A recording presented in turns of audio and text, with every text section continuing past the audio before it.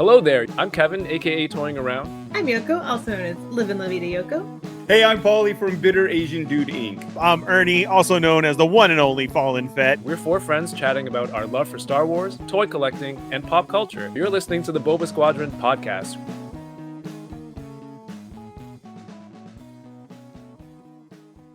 We're all together. We all love Star Wars, and as the intro episode, do we have a good Star Wars quote that we can title? Should we do like a Star Wars like a fortune cookie, like on Clone Wars? Like the title of each episode, instead of just episode 1, whatever. Like actually have. Can we have Paul in a Paul voice doing like one of the quotes before the Clone Wars? The Return.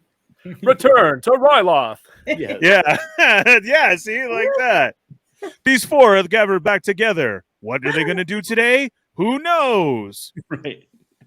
It's Friday night, and our four friends have gotten together to do who knows what. Join us for this episode of the Boba Squad. So for people who are tuning in for the first time, and you're new to us, we're huge Star Wars fans. Ernie, where does the love for Star Wars come from? And please remember, we are trying to keep it under an hour. Good things since I was a kid. Yeah, basically that was it, man. I mean, you get into it early. I was born in 1977, so kind of grew up with all this. I mean, from laying in your mom and dad's bed during the holidays to watch it on Channel 2 and other TV channels back in the day to VHSs, and then you grow up and these toys that you grew up on, then all of a sudden you're making your own money and Power of the Force comes out and you go crazy. And you don't know what debt is, and you just buy everything up. And you start from there, and you start relationships with the workers, and you're getting full cases, and you're searching for circles on hand, no circles on hands, rings on belt, no rings on belts. And from there, it captures you all in. And now we live in a time where there's Star Wars everywhere. I couldn't be any happier or ask for more from the way my fandom has grown up through it. And now you're here. You're a prospect from our show and now this podcast, and you're on with Paul, who's in Star Wars. Paul, how did you fall in love with Star Wars? First and foremost, I would like to say, Ernie, that was quite moving. I think it was fantastic. Loved hearing that. I also want to point out that he is a probationary prospect, not even a full prospect, a probationary prospect. So he's under probation to see if maybe he could be on the show.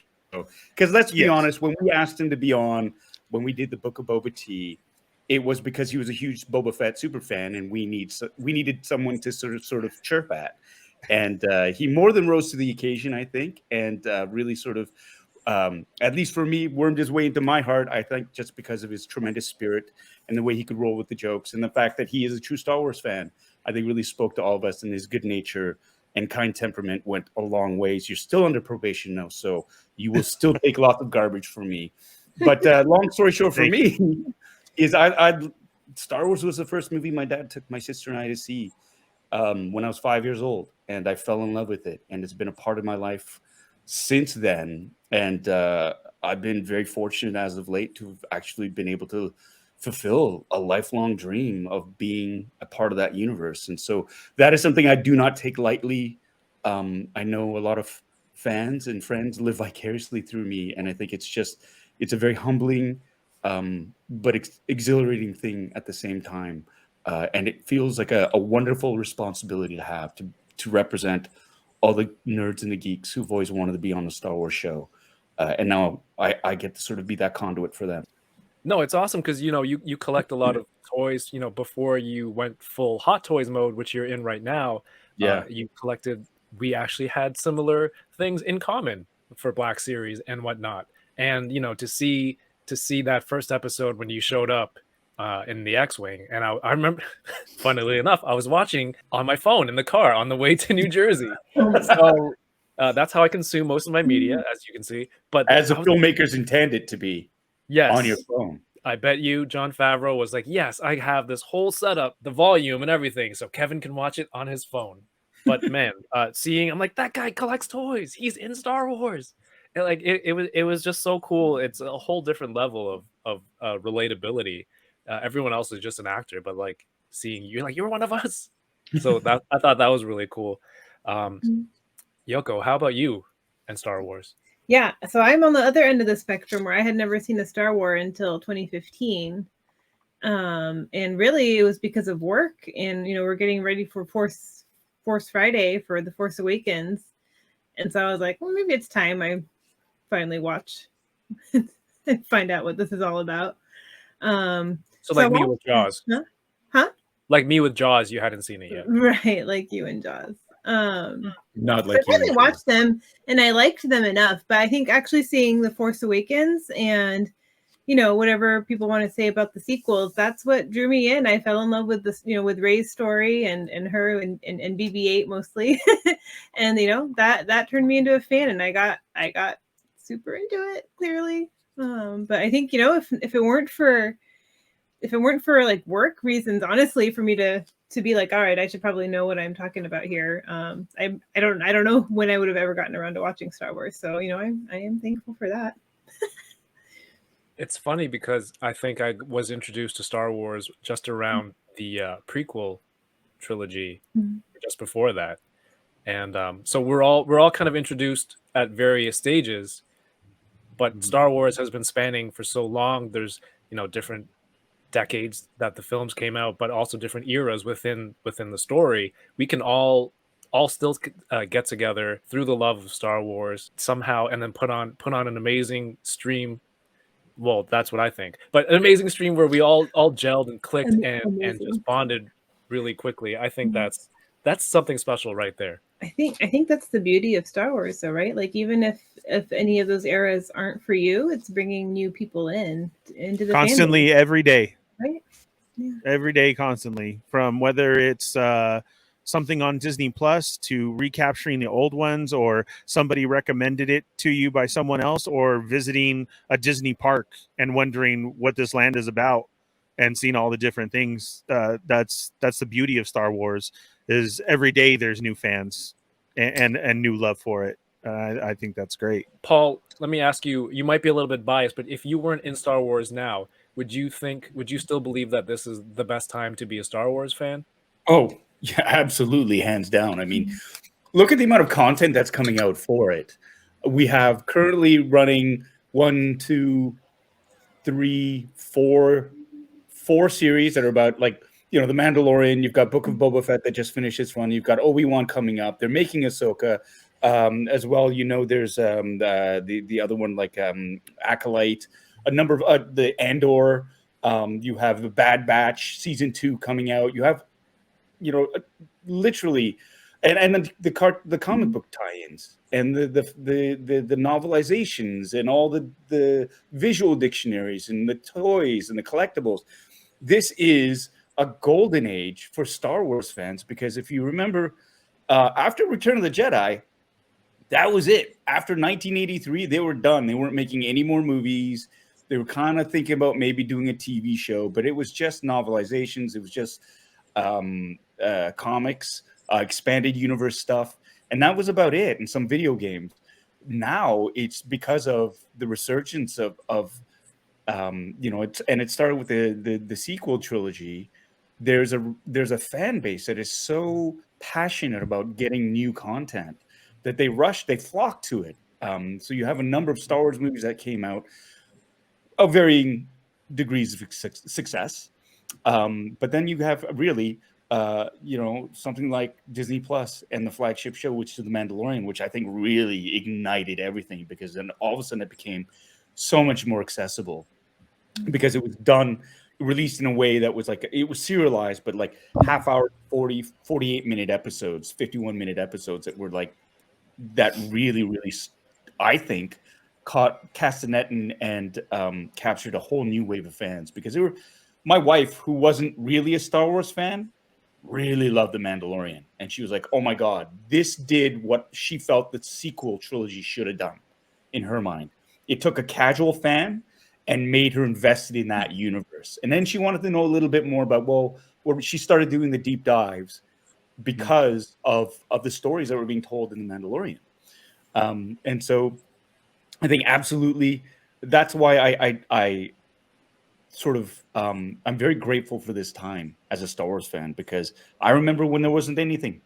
and it was just like the OG guard who were like sort of keeping that fandom alive, because there wasn't that much happening, and it was harder to get new fans into it. And now it's just like you said, there are new fans every day, and for so many different reasons. So it is a golden age. Yeah, after Return of the Jedi, like you said, it's just the novels and comics, you know, kind of like the Yeah. Dark Ages. There's nothing, there's no film or media like that. And then now to a point where even before now there were movies, but movies were every 3 to 4 years, you know, between a major blockbuster film, and you still had to wait. But now to fill those gaps, there are shows coming out concurrently. You know, what do we have to wait? A few months in between each one? 6 weeks. I've been complaining about this 6 weeks here. And I'm with Yoko. It's too long. Yeah. How dare they? That was it. I mean, Moon Knight, not Kenobi, but still, I'm like, you know, 6 weeks. What am I supposed to fill my time with? Yeah. And after Return of the Jedi, I was like, well, that's it. They finished the story. Correct. Right? Right. And so everyone's like, oh, it's done. And everybody accepted it because they were so satisfied with that ending. 20 years later. Exactly. You got to wait 20 years later. And then, you know, there you go. Episode 1. Here we go. And the excitement that was spread, like for me, I lost my mind because it was like new Star Wars. Oh my God, new Star Wars. I drove down the hill just to wait in line, which is like a 45-minute drive for me, to be there at night, 2 a.m, make sure I had my tickets. And then you meet this fandom, because we still, at that time, we don't have what we have now as far as social media then either. You were then getting together with your nerds and your friends who were totally keeping the Star Wars alive, like you said, and you meet them and episode 1 comes out and you're like, this is unbelievable. Like, we're going back to the beginning. Are you serious? And even those previews and that, we were trying to piece together in our head, what is going on? What is it was great. And it was still great, even though you knew Anakin was Vader. Palpatine, oh my God, that's the Emperor. Oh my God, he's right there. He's right there. Like, there was just so much to it. Yeah. Even if you had complaints, and you always are going to have the complaints about anything. It is, because the people are so passionate for it.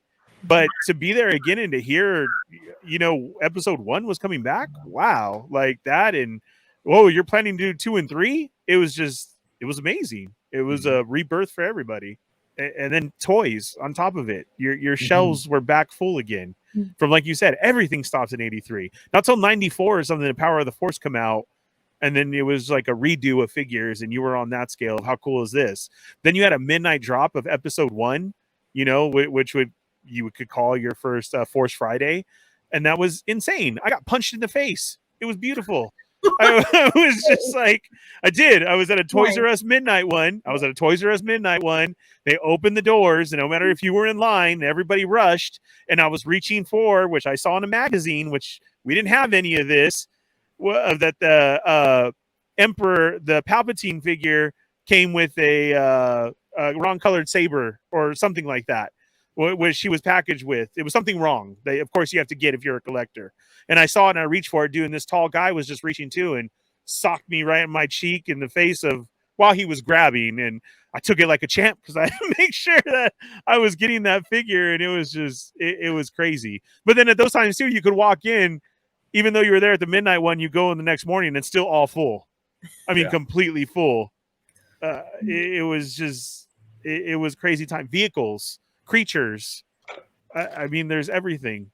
Just the collecting, you know, having movies and content come out over so many years. It's like some of the toys that we collect keep it alive. For me, it's like if I started with the original trilogy and then now however many years later, it's almost cyclical. It's like, oh, new content is coming. Those fans who were fans of it back then, they're a little bit older now.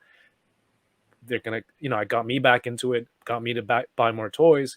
If Yoko started in 2015, and there's like, I don't know, a next wave of movies, but I feel like you're going to get content all the way through until that next wave. It's not going to be a cycle. It's just a straight incline for the whole time.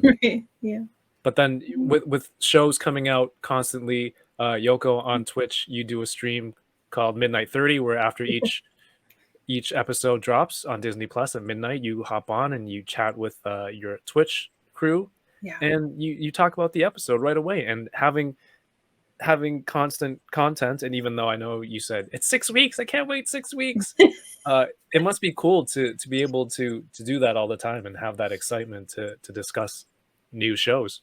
Yeah, it's so fun, and I wish I had started it earlier because we started it with WandaVision. So I didn't do it for Mandalorian either season, I guess, right? Yeah. So it was during WandaVision where someone was like, "Hey, you should hop on afterwards," and I was like, "What? No one's gonna be around to watch." And I had two other people say they would join if I streamed after WandaVision. So I was like, all right.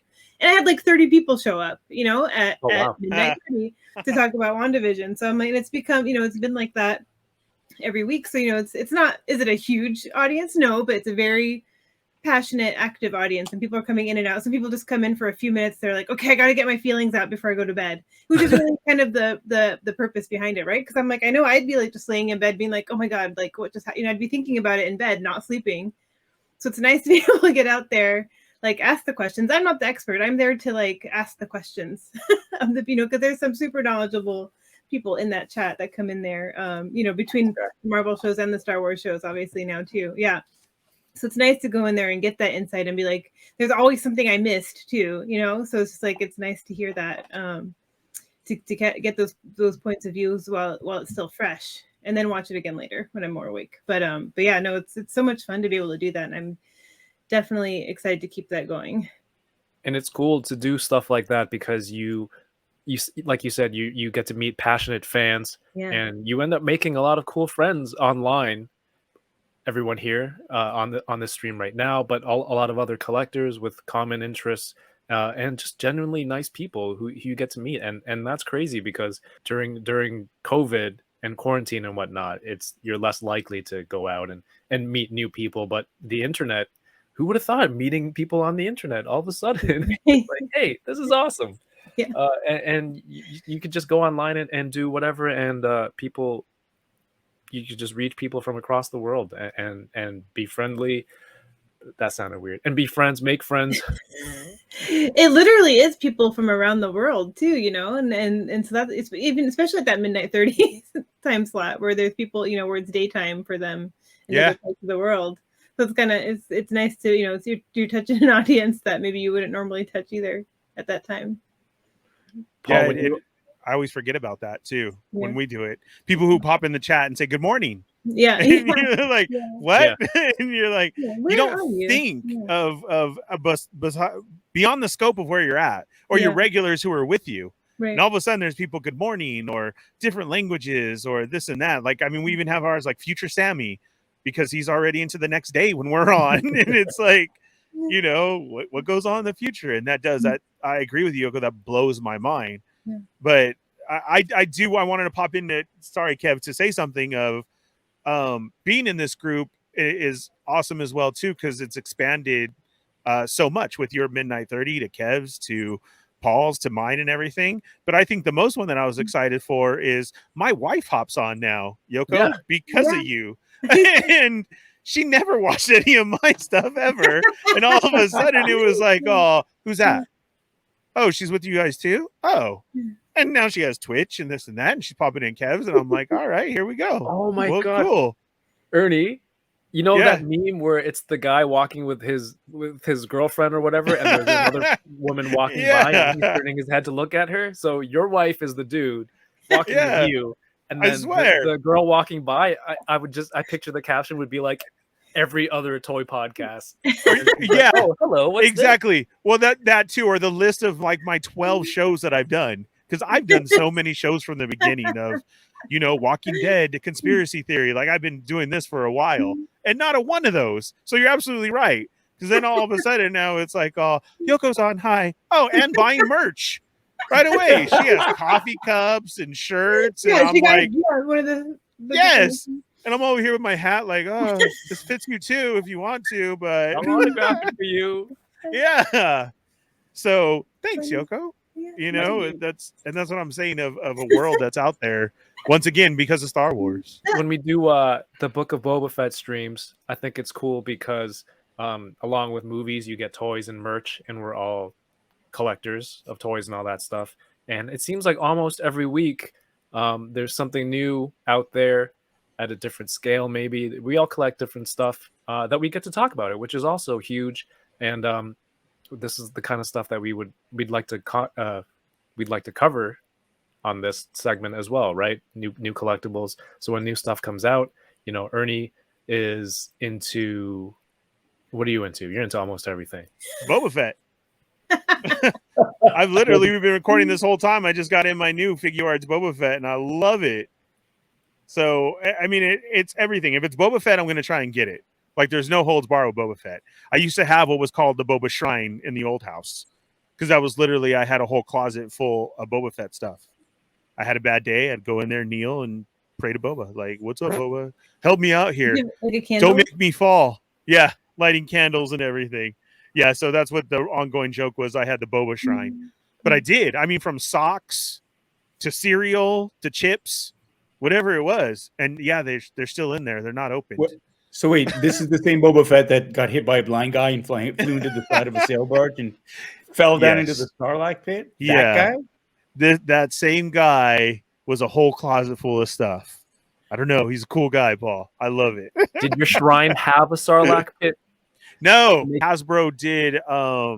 They were just like movie scenes. So the Boba Fett had the tentacles wrapped around him. Star Wars Unleashed? Unleashed. Thank you. Yeah. I couldn't remember it. Yeah. And so the other one came in a circular tin, and there was carded. The circular tin was set up, though, and you could see the tentacles wrapped around Boba as he was firing at the Sarlacc pit. But that doesn't seem like a movie scene. Yeah, he didn't fire at that's totally retconned because he went down like a punk. He didn't even draw his weepon. All I remember is this universe. This piteous cry. Oh! As he went down. He did scream. You're right. You guys have pointed that out to me. Yes, he did scream. I think that was somebody off camera. Yeah, what would have been perfect is actually, I should commission it to be made, is like a circular sort of area rug that is the pit of and it's got the image of the pit of Carcoon with the Sarlacc in it. Just put it on the ground. You can put all your Boba stuff around it. Oh my god! Oh my god, that would have been great. Yeah, I can still put one right here behind me. That would be really cool. Actually, I think that's a great. I'm actually being legit. I think that would be a really cool thing to do. I could see it. I know exactly what you're talking about. Yeah. That would be awesome. So that was the only thing missing. But I do. I collect anything Boba. I do Masterpiece Transformers, lots of third-party stuff, Marvel Legends, and then I touch on other things like NECA Predator, anything basically nostalgic, Gremlins, Karate Kid. I'll get those too. And so if it touches my heartstrings from a kid, I may grab it. My main collection though was Star Wars, but in this time that we're at now, from 3 3/4 to Black Series, and seeing what all you guys have, I mean the three of you, I think I'm now ready to move on to Hot Toys. So I'm gonna sell off the Black Series and get that, because I do have that Boba Fett on pre-order. So that's my first step into my very first purchase of one. So nice. Sorry, just to throw back, because you collect the Marvel Legends series. So I want to ask you, have you heard what Hasbro what they announced today with the new X-Men 90s animated series collection? They are dropping that soon. The VHS series? The the cell shaded. That one? Wait. Yes, I have those on pre-order. Those are awesome. So they're all cell shaded. You're gonna get Wolverine, Jubilee, Storm, and Sinister. Yes, and they all come in a VHS. Yeah, they come in a VHS box. Yeah, which is awesome, because I used to have those too. Those VHSs. All I have to say is, I thank God I don't collect Marvel like superhero stuff. Yeah, I can't. They're all can't in there. Can't go to that. All over here. Those are really tempting. Stuff, Paul? What's that? I know you watched the MCU movies. Were you a big fan of that X-Men animated series? I never watched it, to be honest, because I was in university at the time, and I was busy chasing girls and learning about theater and stuff like that, to be honest. So it was like it was never. I was just never home to watch it. And the irony is, I know voice actors who did the voices for it. Right. So the woman who did Storm, like I knew her, like I worked with her, in theater, which is hilarious. And it's just like Paul Paul Soules, who did the voice of the original Spider-Man in the animated series. I worked with him. He was in the theater. I had no idea. Is he Canadian? Yeah. Oh wow. Yeah. The animation for that was done by a Canadian company, right? That's why it's the same company that did Rocket Robin Hood, which is why you had the same style of not only the same style of animation, but the same stories. There was a Spider-Man animated episode, and a Rocket Robin Hood animated episode, and the story was exactly the same, except they swapped out Rocket Robin Hood for one and Spider-Man for the other. But even the spaceship that took them there was the Rocket Robin Hood spaceship, and they just completely recycled the story and put Spider-Man in it. And so that's the thing. That was one of the big for me, like, oh my God, like seeing that going, I've seen this story before, but then meeting the actors who did the voice for Spider-Man and not realizing it until like decades later.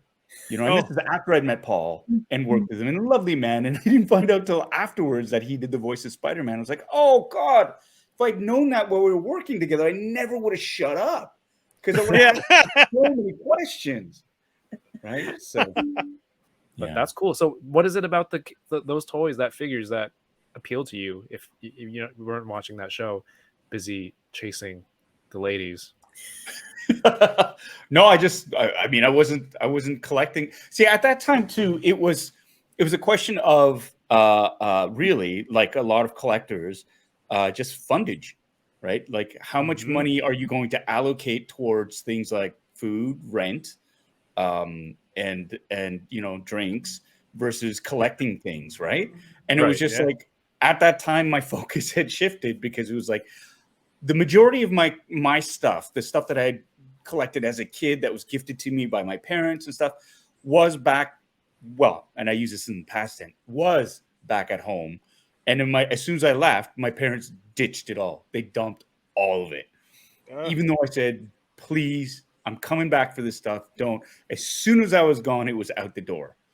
And so all my vintage Star Wars, the Kenner stuff, all that stuff that it was, I mean, my parents did give me a lot of it for Christmas and stuff like that. And I did have it, my comic book collections, it was all gone. All of it. Because they're like, he's gone. Bye. And they either dumped it or just gave it away. Just flat out gave it away. So when that happened, it was just like, okay, I didn't have a space to really keep any of this stuff. I didn't want to replace any of that stuff. And then, it was just sort of like I was building interpersonal relationships with people in my class. It was the first time I was in university, so I was on my own, away from my parents. And so I wanted to have a life. I want to have a girlfriend. I wanted to go out with my friends and stuff like that. And I didn't.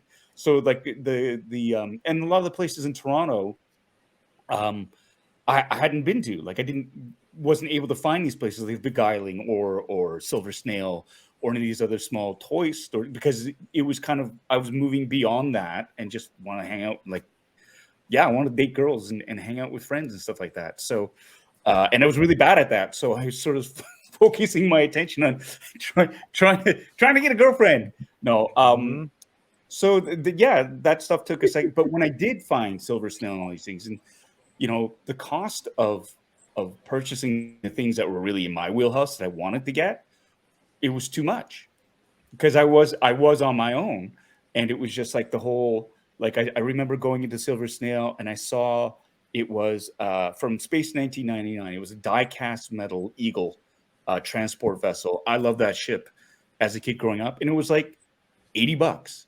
And for me, $80 was a lot of money, especially if you're working for it and it's not the bank of mom and dad and it's not your birthday or this or that. It's just like I saw that money and went, I'm not going to be able to pay rent if I get this thing. And I really want it, but I'm not going to be able to make enough to do this. So it's like, okay, I'm going to turn my back on it. And there were a bunch of little things like that where it was just like, this could turn into a slippery slope. And so I couldn't afford to get the stuff that I saw that I desired, because there were other things that I needed to get instead, like food and, rent and books. Having to buy books for school, that was a drag. And buying clothes. They're expensive. Oh, it was ridiculous. It's extortion, right? So it was stuff like that. And so it wasn't until really afterwards, too, that I started dipping my toes back into collecting things.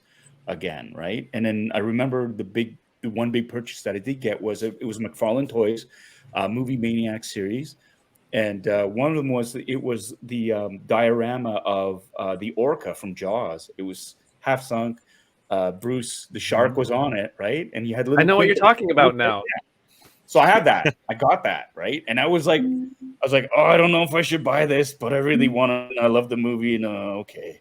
And so I splurged on that one, but then it whetted my appetite, and it was just like, that RoboCop's looking really good. That Corneca got it was McFarlane Toys, and so it was that line was spectacular. So it was just like, oh my god, oh look, there's a Predator over there too. Stop, and so it just sort of became that thing. But that just slowly, and now having lived life and gotten better jobs and been better with my money and stuff like that. It's just now I'm making TV money, so it's like, and I'll pre-order that hot toy, and there's this hot toy, and that one. 3 times. Yeah, and then my wife was like, "Did you see?" That's the thing. I can't use a whole. It was on pre-order, baby. I bought it because if I don't get 4 of it, she knows it's a lie. She's like, Right. You only got 1. If you really pre-ordered it, you would have been a dumbass and pre-ordered 4 of it. You'd have 4 Well, here it's right not now. pre-ordered. Well, Anna, she's not here right now, so you can feel free to speak openly. She knows. She'll see this. She And in the knows. same vein, where Ernie, where your wife started following Yoko and buying the merch and stuff like that, I remember it was on Kevin's stream, and she became a member of your channel. Like, she was sassing me all throughout the chat. Yeah, She became a member of your channel. I was like, what the hell's going on? Like, Right. So she's like, she's supporting him. Yeah. That I was remember that. that was Corinne last night when she jumped in. She gave them our channel a super chat. And I was all, what the Right. hell? There goes my lunch for next week. Okay, that's fine. Yeah. So definitely. And she does the same thing. She was on Yoko's, and then she's like, oh, Yoko's on with Kevin. Oh, they're arguing. Let me see what's going on here. Yeah. And oh my God, dude. I still remember that, Paul. You're like, hey, thanks. I shouted her out. I said, thank you for the support and becoming a channel member. And then I think you very, very dryly said something like, hey, you don't even support my you're not even a member on my channel. It's truth. The best. So I made her an admin, so now she has to. I used to it's Hot Toys. I'm falling down that well hard. Star Wars Hot Toys is my vice. That's my latest addiction. And the scary thing is, because everything is kind of backlogged in terms of, like, the new releases aren't coming out until 2023 for season 2. And for season 2 even of like shows like The Mandalorian. So I've gone to, like, looking for older Hot Toys that I missed previously, and that's kind of fun, but they're super expensive, and I'm playing that game of just trying to be a little bit more cost effective instead of just scooping it up for wherever I can find it, and so that keeps it fun. I've stopped collecting Black Series 6-inch figures. I'd fallen hard for that. And I've been on record a bunch of times as to why I've stopped, just because it's just no more fun to collect, because the distribution plan that Hasbro has laid out for these figures has been maddening, to say the least. And I don't like the person I've become when it comes to that. And so it's not fun collecting them anymore. And so I've said something's got to give too, because Hot Toys are basically, in my opinion, way better detailed versions of the Black Series. I'd rather save my shekels for that, as it were. I'm a huge collector of helmets too. Love Star Wars helmets. I have a number of them at home. I think last count I had close to 24 buckets, either through a Novos or EFX or a Denuo Novo, Black Series as well. Those helmets are actually pretty good, very cost effective. I collect lightsabers. Force effects, master replicas, and I'm actually building one right now. And I'm also into replica building. So I have a proton pack at home. I also love Ghostbusters, so I've got the Plasma series for that. And the Hot Toys, not the Hot Toys, the Blitzway figs are those are my grails, the original 4. And pre-ordered the Ecto 1, the 1/6 scale monster Ecto from Ghostbusters Afterlife. Surprise, Anna! Should I put this episode out after you get it? Yeah, no. I mean, it's not coming out for another year, and by then, No. hopefully, I will have gotten rid of the bulk of my Black Series figs, which are taking up a lot of space, actually. So that's the give and take right there. It is curation of space, but I'm into all things like pop culture, like Ernie said too, like the NECA stuff. I love the Thing line that they've come out with. They've also got the figures of Quint from Jaws that's there, and they look kind of doll-like, but I dig it. I think that's the one thing where that's the one line that I'll buy pretty much anything for is Jaws. And I'm also into cosplay, which is why I like the helmets and stuff like that. So it runs pretty deep at my place. So I think that's perfect for what we're doing here. This video, this podcast. It's Star Wars, but a lot of general pop culture stuff that you're into, like you mentioned, The Thing and They Live, and other movies that I haven't seen. I feel like Peter Parker in the MCU talking to Iron Man. Like, you remember that really old movie, so and so, and then you're just kind of shaking your head like, this kid. Yeah, but you don't have the excuse of being 20. Yeah. Damn it, Yoko. I'm editing that part out. Cut it. Keeping it. But Yoko is a sniper. That's what she is. Like Fennec Shand. Honestly, I'm not that much better than Kev when it comes to seeing these old movies. I put old in air quotes, guys, for those of you. They are old. They're old. They are old. That's the hard truth, and that's what makes it so funny but so painful at the same time. It's like what he says is absolute truth. Hey, you remember that old movie? And we're like, I remember that old movie. Some of them are so cheesy, and I watch them, and I'm like, this is horrible. It's great. Yeah. Like when you do, and it's like, man, I used to watch this like every day, and some are like really bad, and it's like, I don't know, I love it though still. Even though how cheeseball it was and how bad. Oh, this is a great movie. Yeah. It's just what we grew up on. Mm-hmm. But you're right, Yoko. They are old. They are. And when I feel it right now, too, is when all these anniversaries come out. You know what I'm saying? Like, 20th, 25th anniversary, 30th anniversary. Yeah. And it really is like, what the heck, dude? Yeah, they're all now like 45th anniversary, 50th anniversary. Yeah, like, Care Bears celebrating 40th this year too, and I was, Care Bears is? Yeah. 40. Yeah. See? Yeah. Oh, wow. They can't even get up to do the Care Bear stare. That's like Care Bear rocking chair. Or something, and then you're like, I had the original toy of that when it came out. I did. Care Bears was crazy like Cabbage Patch Kids. They really were. Less haunted though. Yeah, that's true. I'll give you that too. Those little doll faces were. Yeah. But Care Bears were hard on that too.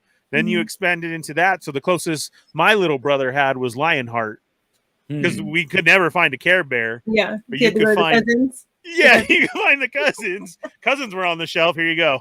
That's what you're getting. I mean, the pain of that is like going out for Transformers and only being able to find GoBots. Really? It's so many GoBots. Right? Paul, I got one for my birthday that didn't even have a head. I was so disappointed, but I had to be like, thank you. Oh, this is amazing. Because I was never that kid. Like, what is this crap? I grew up, low income family and like that. So I was jazzed. And I remember it still. It was silver and black. And you transform it though, and what would be like the windshield was supposed to be the head. And there's no face or nothing. And I was like, what is this? What happened? Oh God, it's a GoBot. Like that you didn't even have to have a face or anything. If you had what resembled a body, you were good to go. Here you go, kid. Happy birthday. Close enough. Yeah. Do you love that Optimus Prime, huh? Yes, I do. Thank you, Thea. This is amazing. Paul and Ernie, you guys have kind of specific toy lines and the properties that you love, that you collect. Yoko, you collect a lot of stuff, but you're different in the way you collect. I'm different. Yeah. I mean, the majority of my collection these days is Star Wars, and I dabble in MCU. But yeah, I think what you're getting at is that, like, I like to collect by character. You know, so I'm more character driven than certain line driven. So I would never call myself like a, you know, I'm not like a Black Series collector or a vintage collection collector. Like, I'm an Ahsoka collector, right? Like, I like looking for cool Ahsoka stuff. So, but you know, like, and that's generally that's usually what we talk about when we're on here is Star Wars or MCU. But you know, I actually do have a pretty, you don't see it behind me, but I do have a pretty big, you know, the 80s, 90s nostalgia collection too. Like, I have a huge She-Ra collection, and things like Rainbow Bryant and Care Bears. I still have all my original My Little Ponies. I don't care about the new ponies. I just like the 80s ponies. So I have, I still have mine, because I feel so lucky that my parents kept everything of mine, and they kept it carefully. Like, they packed it up really, like, you know, really nicely, thinking that I would want it again one day. And What's that feel like? Yeah, please tell us. That's so nice. Yeah, They kept good care of it too. yeah, I call it being an only child and spoiled, right? You didn't have to buy it back from them. They just gave it to you again. Wow. They kept it in storage for me, like, you know, in the heated, covered storage. I love that Paul got close. So for the listeners, Paul got closer to the camera, and his eyes kind of opened completely, like, super wide. He's like, "Please tell me more." Yeah, he looked like that emoji, the tear eye emoji. Yeah. Right? Yeah, Yoko, I'm the same. When I moved here from Hong Kong, my parents packed everything. Yeah. Save for like a couple figures. I realize now, after becoming a parent, they said that one of the toys got lost. But now that I've become a parent, I'm like, I think that's a lie. They must have thrown it out somewhere. Why would one toy get lost when all the boxes from Hong Kong, the shipping company, got here? It's not like a whole case got lost. That's a parent lie, and I'm realizing it now as I'm lying more to kids. It's survival. It's survival at this point. I'm learning. Yes, it is. People are asking me, how are you doing? I'm like, I'm just trying to stay alive, dude. Yeah, I'm just trying to live. You know, like, trying to use the bathroom, and like little hands are trying to get in, the door handles always being jiggled. My cat does that to me. Yeah. So yeah, I kind of get it now. But Yoko, that's cool, because I have a lot of my stuff. The funny part is when people who I've known for a long time come down into the toy room, and they're like, "Is this all the stuff from your childhood? Wow, you kept it?" I'm like, "No, this is like the last 2 years, man." Yeah. And then it's gotten kind of crazy. Yeah. But you know, that's the hobby, and that's how we all got connected. If you're watching the video version of this, there's Marvel Legends behind me, Star Wars Black Series. I'm into Batman, Ninja Turtles, Spider-Man. You have to look. What else You do. I do the Really? same thing all the time. I'm looking at what I like versus what I actually buy. You know, a lot of new stuff, new toys that come out that are cool. I'm trying to get into like new original properties, things like that. You know, there's always cool companies that are making toys based in nostalgia, which is always great. But you know, got to show some love for new material, new things like that, so things can grow. But recently kind of went down that rabbit hole of Star Wars and other brands 3 3/4, and you can fit so much more stuff in the same space. So that's always a plus, even though the prices are very close. But you can get vehicles, which is fantastic. And after much mocking and ridicule, getting into some of those really old movies that people keep saying that I should watch. Yeah. So I'll know what a McFarlane movie maniacs Orca is, because now I get that reference. Well, now that I get that reference, you know, this is an ongoing theme with our streams, you know, over the last 6 weeks talking about the Book of Boba Fett.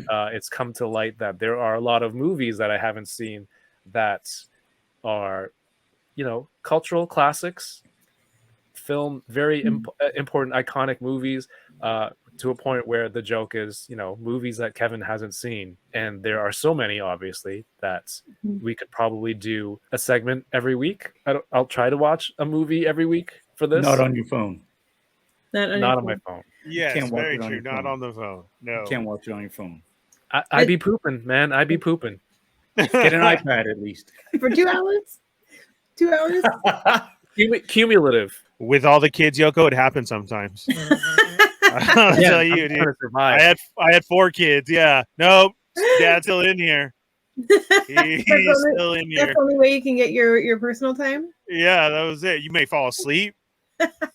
Roll up a towel on the wall next to you. I've never done that. It depends, man. 4 kids running around the house. It gets crazy at times. Yeah. Then they all turn into teenagers. You can't stay on the toilet that long. Your feet fall asleep. Not that I know. You gotta stand up and do calisthenics and everything. Right, yeah.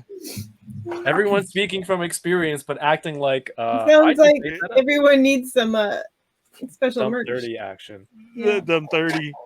But yeah, Jaws. Do we want to talk about Jaws real quick? This all came about a couple of streams ago when we were doing live streams, and it came out that you hadn't seen The Thing, John Carpenter movie from 1982, and Yoko hadn't seen it either. And I was like really surprised because. And then Paul called us dumbasses. Well, I was getting to that. To your faces too. Yeah.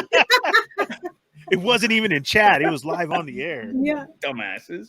No, it's just you guys. It's because we're peers, right? And we vibe on so many things, and you're so knowledgeable about pop culture in general. I was like honestly really taken aback that you hadn't seen these movies. I mean, at least you had heard of them, which is fine. Right. But I forget how old I am, not how young you guys are, but how old I am. Because for me, right, I'm in my mindset. I'm perpetually stuck in my late 20s, early 30s, and everybody's like, we're all the same age. It doesn't like that. That's how it is in my mindset. I don't look at it and go, holy shit, I'm turning 50 this year. I'm old AF.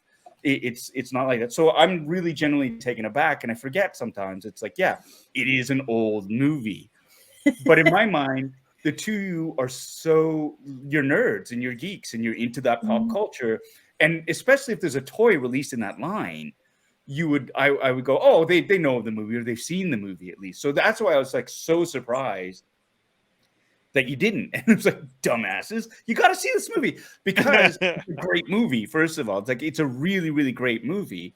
I really enjoyed it. And the same thing again with Jaws, like that's an even older movie. And it happens just to be one of my favorite movies of all time. So whenever somebody hasn't seen it, it's not like, how could you not? It's like, oh my God, you need to see this movie. Then you got to watch this movie because it's an incredible movie. That was a movie that launched Steven Spielberg's career. That they coined the term blockbuster for the first time ever because that was the first ever blockbuster film that was released in the summertime. That became like the model that every studio company has followed since 1975. So. It's just things like that where it's like, oh my gosh. But we all have, I have a friend of mine, he calls it his black holes. These famous movies that everybody knows about, but he hasn't seen, right? And on that list is like, Citizen Kane, Taxi Driver, the Godfather trilogy, stuff like that, where everybody is supposed to have seen it or at least has seen bits of it or enough of the iconic scenes, enough times that you kind of go, well, I've seen pretty much most of it. But have you really, right? And so that's the one thing. So I get it. Like life is like that. And especially if you're not of a certain age, the opportunities to have seen these movies might not be there. Right. Mm-hmm. So, but I think it's great to sort of have you watch it and see if it holds up or if it's a pile of for you, because there's stuff like Ernie was talking about before. It's like, it's so bad now. Like it's so cheesy, but it's so awesome. And this is stuff we grew up with. Like The Warriors, right? When I was a kid, I was like, oh my God, they're so badass. It's this gang in New York, and they're on the run from these other gangs, and they're all hunting them. And then you watch it, and it's like, oh my God, they're in clown costumes. The one gang is in baseball uniforms with the faces painted. Yes. It's just like, and you look best at them. No shirts. Yeah, you start to laugh and like warriors, like oh my god, and a lot of the movies just running, and it doesn't hold up, but the cheese factor, nostalgia, keeps it coming through. If my kids watched it, a bit of it, and they laughed all the way through that movie. They laughed and laughed and laughed. And it was just like, yeah, this is when I was your age. I love this movie, right? So I think that would be an interesting challenge, is to get these for us, for Ernie and I, because we are the same age ish, to have that where we will throw down like a classic movie that neither of you or one of the other of you hasn't seen, and watch it, and let's discuss it. Let's discuss whether it holds up. Yeah. Let's discuss whether you think it was worth the hype or not. And Yeah. I think that'd be a fun discussion to have. Like, again, like hadn't watched Star Wars until 2015, so that should tell you, like, I did miss out on a lot of a lot of pop culture up until a certain point. And honestly, it's really been working in the toy industry. Where, like, I mean, I would be able to tell you like character names and what they were from without having ever seen it, because I got so familiar with it from working on toys. But honestly, the last 2 years now of quarantine situation, like Yes. I've caught up on. I watched a lot of movies last 2 years that, like, that I hadn't seen before, so I might have a little bit of a jump start on Kev. But there's going to be a lot of movies that I'll tell you. Yes, I watched it, but in the last 2 years, probably. I'm guessing. Right. So we'll probably have to do an episode on the Warriors sometime in the future. Yeah, I haven't Oh my seen god, that. yes. I Yeah. tried to watch the beginning of it, and I'm like, No. because I do have that where people are referencing it a lot, that I'm like, maybe I should go just so I know callbacks. And while watching Jaws, I saw some stuff where I'm like, oh, okay, so I've seen that in other media. That's where they got this joke from, or that's Right. what they're paying homage to. So it's cool to go back on that. In terms, I mean, to start it off, does Jaws still hold up? Film has changed a lot. It evolves. I thought it was a very good movie. I was hooked. I was invested in it, to the point where there's one scene they're dragging someone out of the water, and the angle is specifically so that, like, you don't see their legs first, and it's like a slow reveal to see, oh, did their legs get bitten off? And I was the phrase on the edge of your seat, I was trying to look like an idiot if I could change an angle on the screen, like, oh, are his legs there? So it was to that level where I'm like, okay, I'm intrigued, like, did that happen? And so the technique of, you don't even really see the shark for the first few attacks. It's all implied, and like the suspense. That's the best part, though, right? Yeah, I think that's the mistake so many horror movies make now, is they show you the scary thing too early, right? Yeah, and it's that, and they take the anticipation away. And so I think that's what Jaws does so great.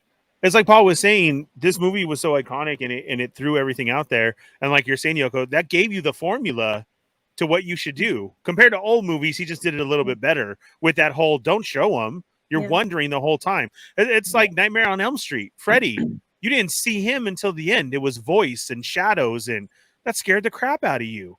You didn't get like this burnt face. It was always other stuff. So, I mean, everybody picked up from that.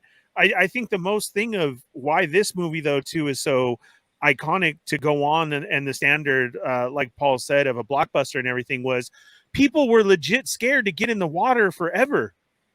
Like, I remember going, when I had watched it as a kid and going to the lake, we would do that for like 4th of July. And I was like, nope.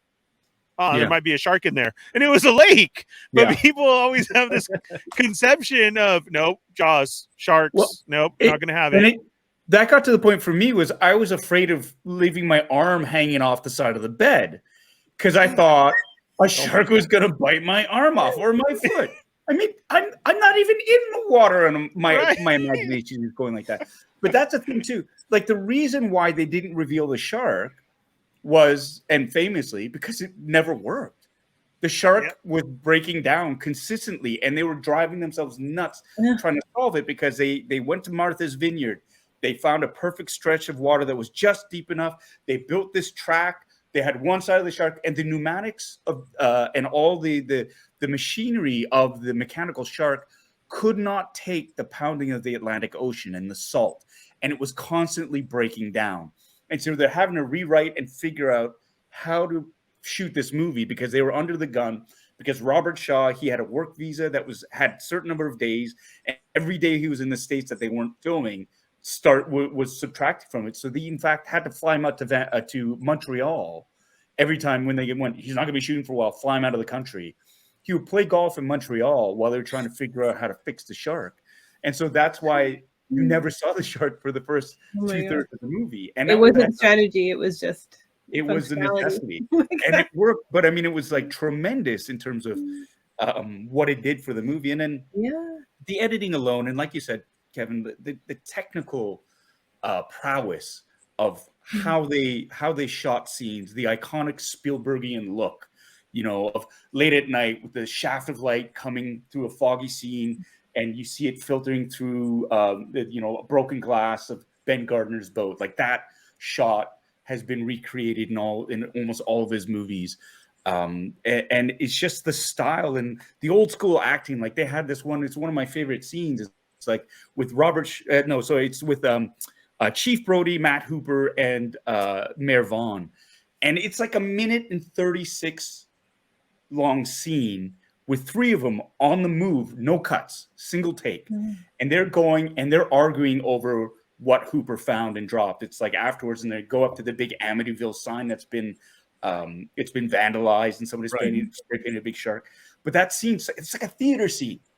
They come out and they're going on and they're desperately trying to convince Mayor Vaughn to close the beaches. And actors are moving in and out. Dialogue is overlapping. It's a long tracking shot. They get to a point. They move to another point. It's brilliant. It's just brilliantly acted, masterfully executed technically. And it's stuff like that I find riveting as an adult too. Like I saw that movie when I was a kid. That started my lifelong fear and obsession with sharks. But I feel it really holds up. And even after you see the rubber shark come out of the water and there's still enough scares. Like when Brody's dumping the chum over, he's like, "So ahead, try chumming some of this shit," and the shark comes out. He fucking jumps up. He's got the cigarette. People still jump at that moment, even though it's a plastic rubber shark. Right. And it's that moment of sheer terror and humor because they're reacting to Roy Scheider's reaction as he backs up and it says the iconic line, "You're going to need a bigger boat."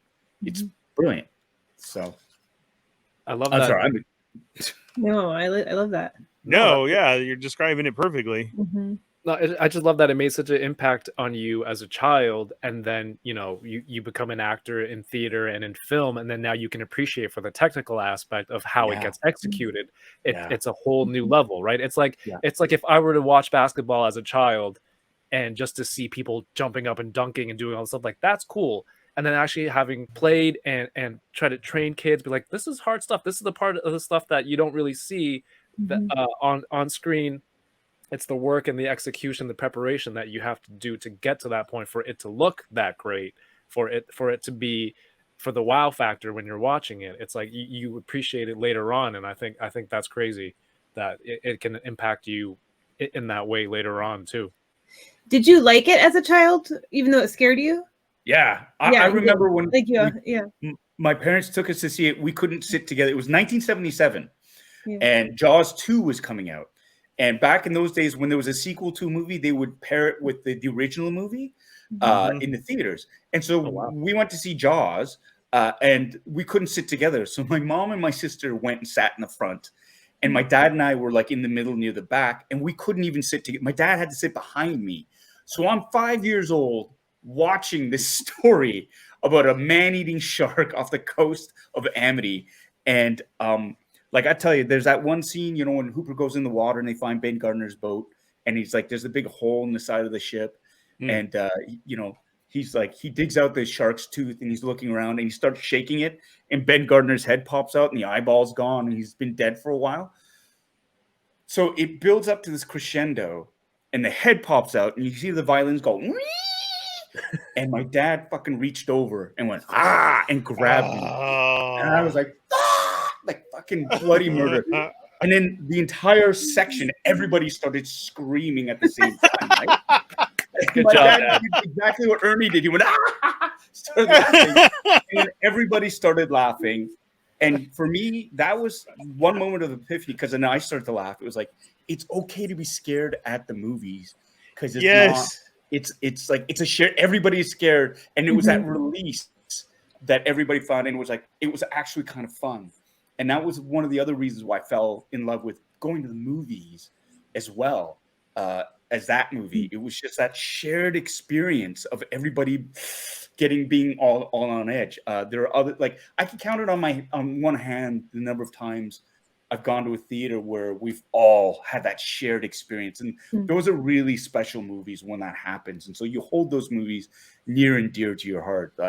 Return of the Jedi was one of them, where people were shrieking at the top of their lungs when that opening crawl came up. Really? You know, and it started. Yeah, it was just like, it was like a rock concert. People were like, you know, it was starting. Yes. Yeah. Throwing their chonies at the screen. Absolutely. Tony's, Yeah. I think that's why I want to go to a midnight premiere. And it kind of sucks it's not even midnight anymore. You know, it's 6, 7 o'clock. Because what Paul's describing is such, that was our feeling. It's screaming and cheering. Mine, for me, iconic was Rocky IV. Wow. People were out of their seats chanting USA, fighting the Russian in the theater. Like, I will never forget that. And you got into it. I mean, a literal clapping, cheering along with everybody else in there. It was movies and cinema at that time was different for us. You know, it's so I watch them in the bathroom. Well, you know, I'm 30. That was never our choice. It was an event. First, you see the movie posters, right? Coming soon. And then you may get this cheesy little snippet before a movie, because they didn't even show trailers on TV till like after a while. That was only in the movie did you see trailers. So it was always this hype and buildup as far as cinema. And that's just like that feeling of all that. And you're right, Paul, that fear, even though you were scared, you loved it. That's kind of where we went, because you knew you were scared. But it was like, I'm not going to close my eyes. I got to see more. Like, what's going to happen with this shark? And then it just gets too much, and then you get like Jaws 3D, and you're like, "What the hell is this? What happened?" You were there with your 3D, literally, Yoko, 3D glasses, the blue and red, the paper that they handed you before you went in, and a shark blows up in front of you, or the teeth come at you. It was just always too much. But as saying as to stand as an iconic thing of time, it's still at Universal Studios, part of the tour to this day. Like, how old is that? That's never been. All the stuff that's been taken out of Universal, and that still stands till this day in the park along your tram ride, is the Jaws scene. And you still get excited. You know exactly what's going to happen with that mechanical shark, the dude in the boat, the red dye pops up, and you love it. It's iconic. I love no explaining it. Yeah. Side note, I love the studio tour. It's so much fun. But also, so Universal Studios, they did a couple. Right, they started it right before COVID, but they started doing like 5K, 10K races at the park at the Universal parks too, kind of like Disney World. And so that race you go right around the lake. If I remember. So I did this. I just remember I ran right by Jaws. I did that run and ran. Really? That's awesome. As you speak of that, mine, and I don't know, Paul, you may have I don't know if you do have the same or seen them. I have the crazy picture from Universal as a kid with your head inside the shark, because they'd have picture opportunities of the huge shark hanging upside down, and you run up to it and stick your head in. Oh my God. This is for our honeymoon. Anna and I, we went to Universal, and that was my biggest thing, is I wanted to go on the Jaws ride. And I remember, because you have to line up when the park's about to open, and it was at the back end of the park.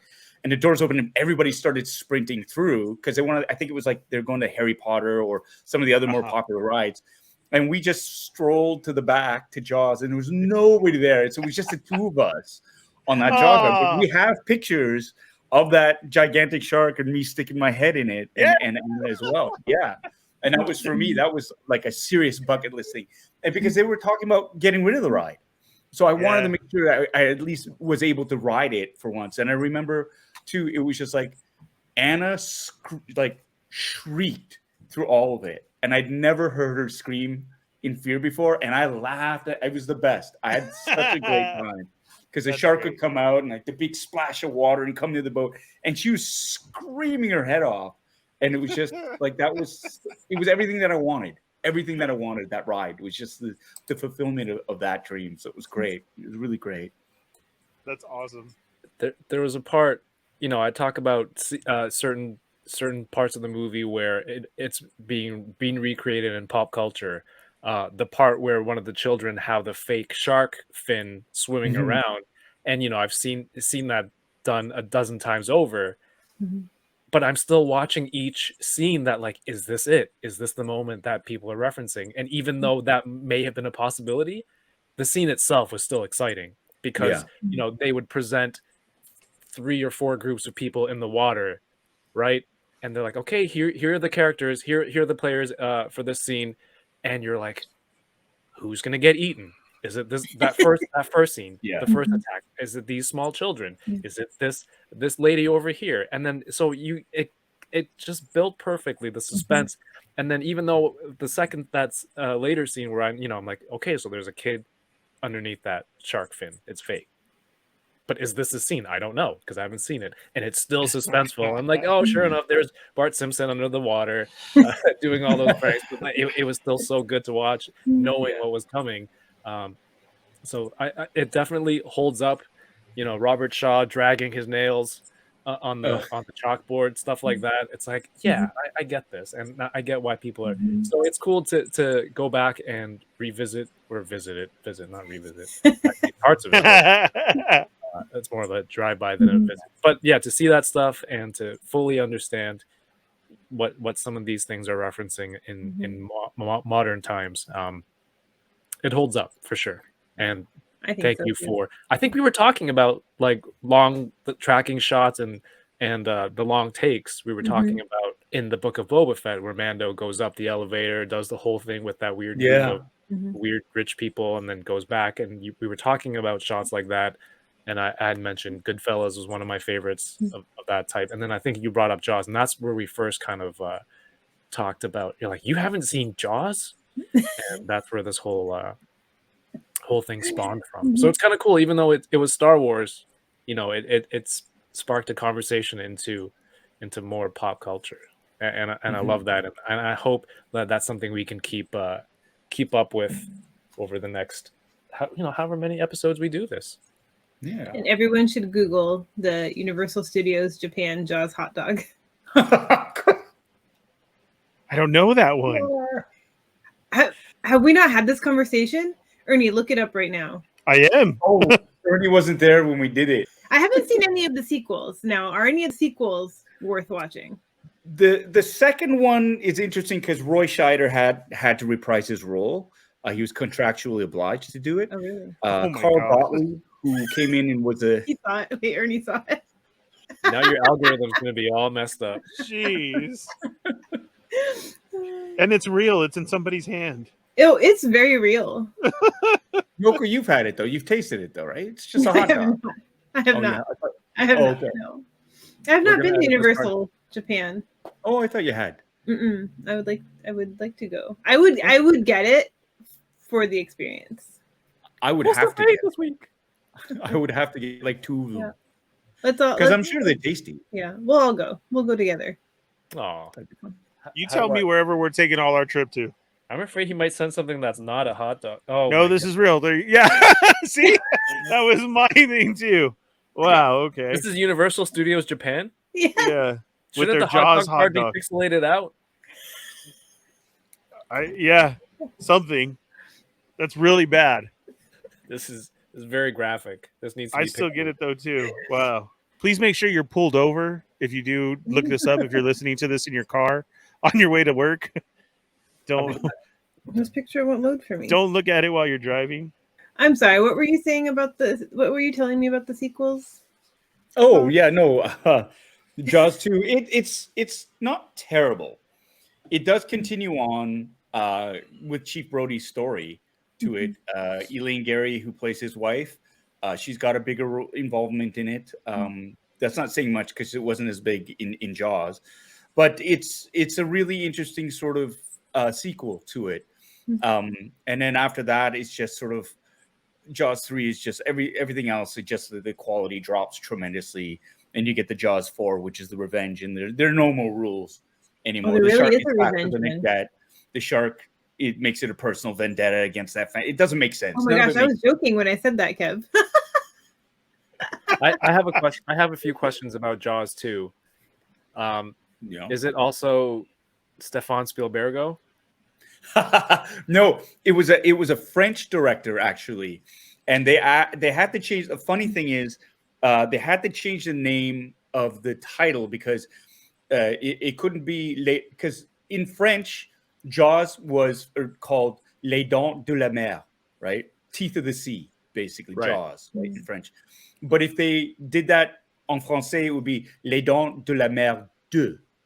But it sounds like Les Dents de la Merde. Merde means shit. Shit. So it would have sounded like the teeth of the shit. So they had to change the name of it in French. But it was a French director. It wasn't terrible. I mean, it was not as good as the first movie for sure, but you could see that they were really trying to build it into a character sort of piece where there was a lot more at stake. There was money involved, which is why they wanted to keep the beaches open.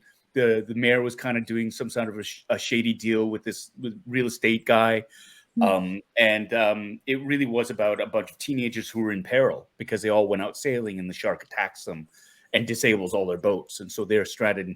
Chief Brody's trying to rescue them or find them because, of course, Sean and Michael, his sons, are out there with them and they shouldn't have been. So it's not as bad as everybody says it is. It's not fantastic. I mean, the shark eats a helicopter, right? So there are moments where you're like, nah, okay. But it's not as bad as Jaws 3 in 3D with Lou Gossett Jr. and Jaws 4 with Michael Caine. Michael Caine! Was the shark in the air to eat the helicopter? No, it Or was the lands. It's helicopter one of those really low? helicopters with the inflatable things that lands. Oh, What are those called? It's like a little whirly bird. Floaties? Yeah. It's got those floaties. Yeah. Yeah, pontoon. There you go. It's got the pontoons on it, so it can land on the water. And it's like one of those little single seat helicopter dealies. It's like with a bubble dome on it. So It's a Thanos copter. yeah. But it's funny, dude, because like the pilot. Oh, okay. he's Now got I a can chin picture strap. it. He's got one of those chin strap Amish beards. Right? It's like, oh, okay. At least it sounds like the story is plausible. That I can't believe this police chief is in this situation again. But the story, at least it's like he's helping somebody. Yeah. But it's cool because right away he's like, he knows what it is because the movie opens with two deep sea divers. They find the wreck of the Orca, and they're taking pictures and posing, cool. And then they get attacked by a great white, and so their camera keeps taking pictures as they're being attacked. So it's a pretty cool opening, right? And then they find the boat. And then as they're dragging, the camera washes ashore. And of course, they're developing the camera. And Brody's got his suspicions. He's paranoid. He's like, it's got to be a shark. And they develop the pictures. And there's a grainy picture of the shark's eye. And he's like, oh, my God, he knows exactly what it is. But nobody will believe him. Right. Yeah. And that's the whole thing. He's saying, no, there's a shark. And they have like this water skier. It's a pretty thrilling sequence where the shark is chasing this water skier. Right. And they're like, oh, my God. And of course, he catches her. The woman in the boat goes around to try to like, hey, where is she? And then the shark attacks the boat. And so like in her fear, she dumps gasoline all over it and sets it on fire with a flare and blows herself up. Right. Like it's you laugh at it. But when you're watching it, you kind of go, it's not as bad as Jaws 3. It's still kind of plausible. It's still kind of scary.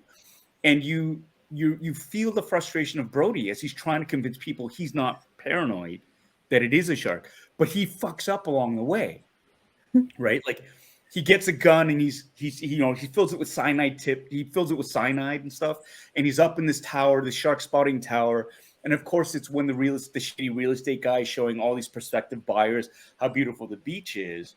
And then he sees this huge dark shadow coming towards swimmers. So he fucking rings the bell. He's like, get out of the way. He pulls out his gun and everyone's like, ah!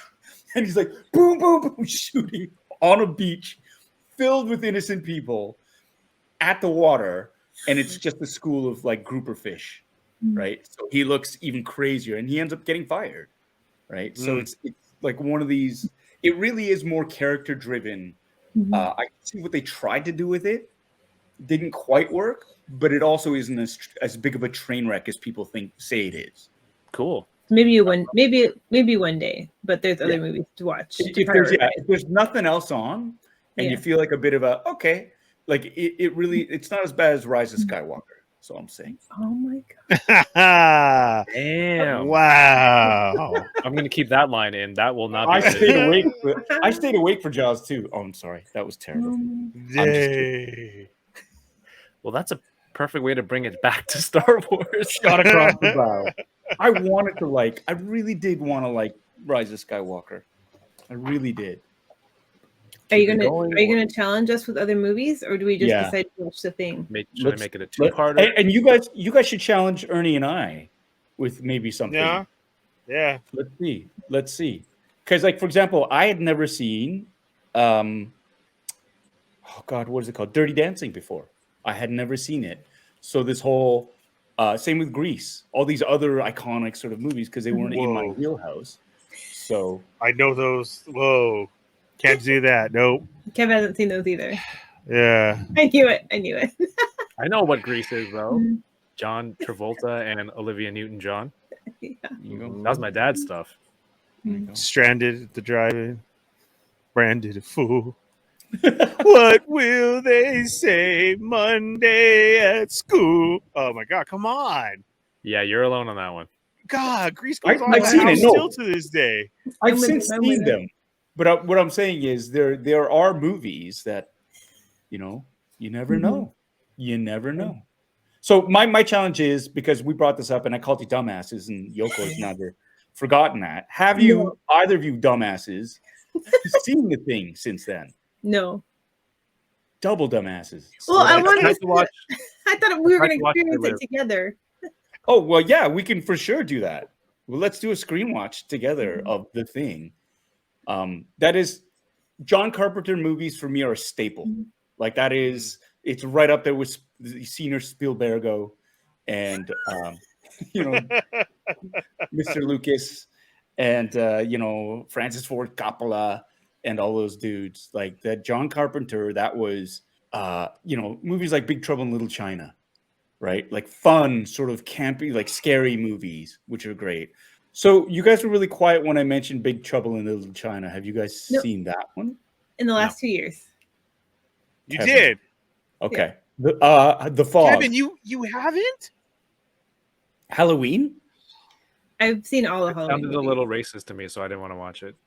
Halloween was racist to you? No, talking No. about Big Trouble. Oh, Big Trouble in Little China.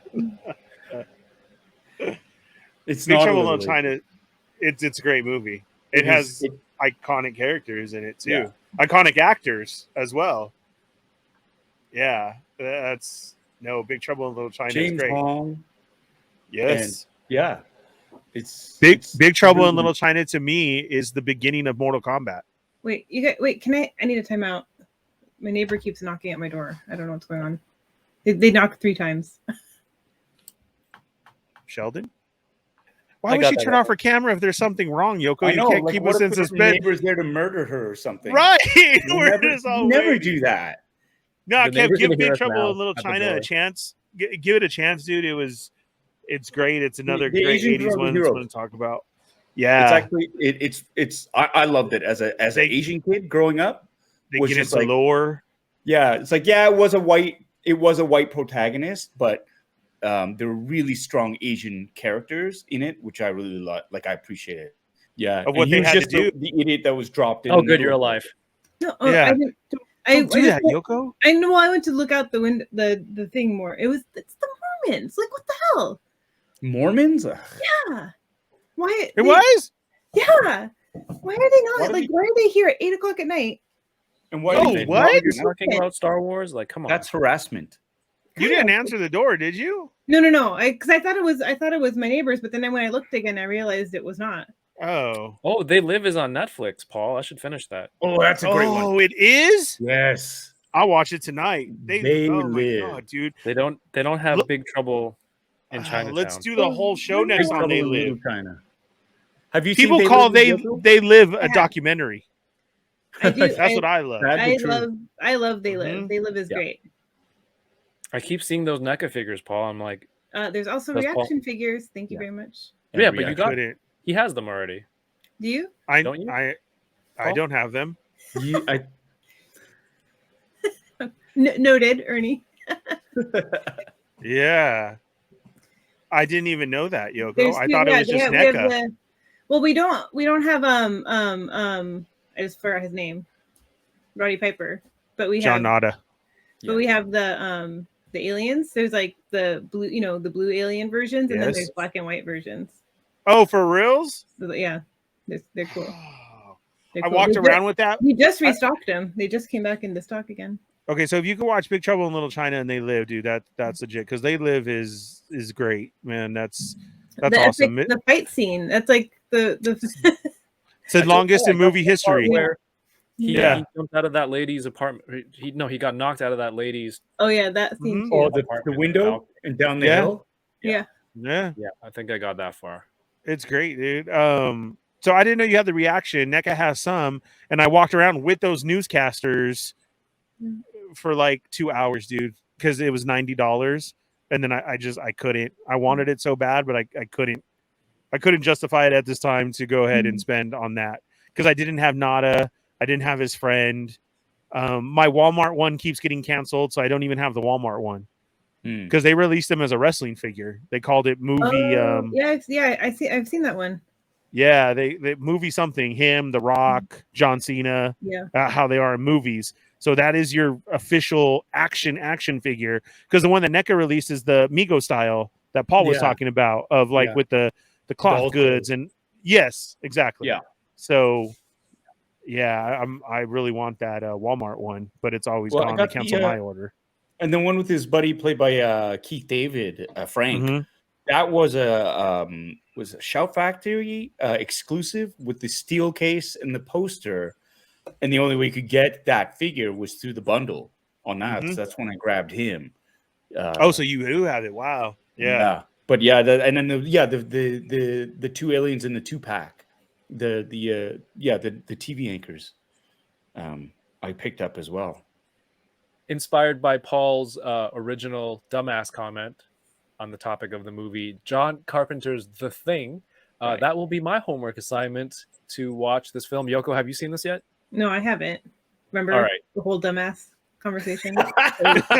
It wasn't plural, so I thought it was directed mainly at me. Which, in all fairness, it probably was directed at Kevin.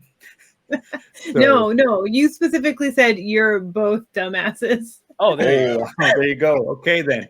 So, Paul, Yoko has a shirt made up of that. Oh, I know. You specifically said you're both dumbasses. Yeah. Yeah. Yoko said so. I felt it. Yoko's always right. So yeah, watch it. Let me know if it holds up.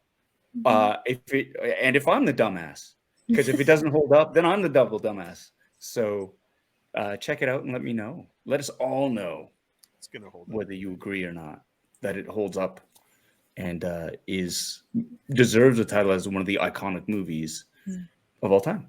Sounds good. So that'll be my homework. And if listener or viewer, if you enjoyed what was going on here, that will be the topic of discussion for next week. We're still going to talk about Star Wars in the beginning. If you only love Star Wars and the movie talk or film that I haven't seen yet isn't something you're interested in, we can you can just hop off for the second half and see you in the next week. But that will be what we're talking about next week. The Thing.